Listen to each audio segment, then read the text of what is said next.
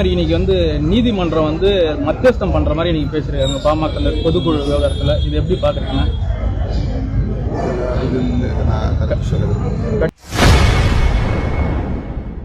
பாமக கட்சி விவகாரம் குறித்து செய்தியாளர் எழுப்பிய கேள்விக்கு விசிக தலைவர் திருமாவளவன் பதிலளிக்க மறுத்துள்ளார்.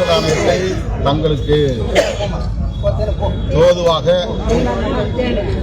வளைத்து தில்லுமுள்ளு செய்வதற்கு பயன்படுத்துகிறார்கள் என்பது அவ்வப்போது ஒரு யூகமாக சொல்லப்பட்டு வந்தது. இப்போது ஆதாரபூர்வமாக கண்டறியப்பட்டிருக்கிறது. ராகுல் காந்தி அவர்கள் அதை அம்பலப்படுத்தி இருக்கிறார்.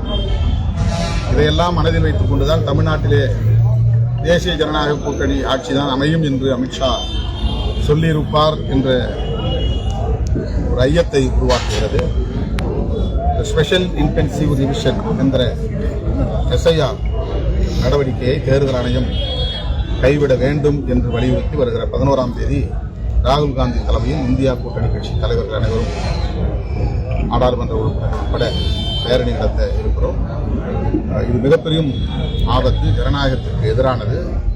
அனைத்து தரப்பு ஜனநாயக சக்திகளும் பாஜகவின் இந்த தில்லுமுள்ளு தேர்தல் அரசியலுக்கு எதிராக அணிதிரள வேண்டிய தேவை.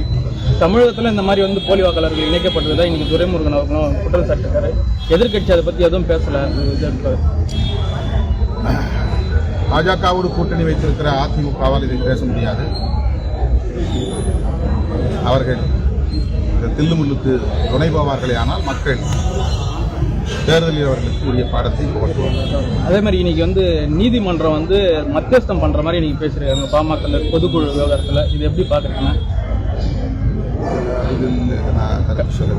கட்சியோட நலனை கருத்தில் கொண்டு பேசணுன்ற மாதிரி நான் கருத்து சொல்ல விரும்புகிறேன்.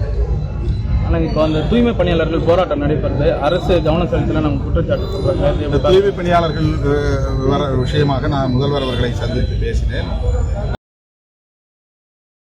செய்திகளை உள்ளது உள்ளபடி தெரிந்து கொள்ள ரெஃப்ளெக்ட் நியூஸை சப்ஸ்கிரைப் பண்ணுங்க.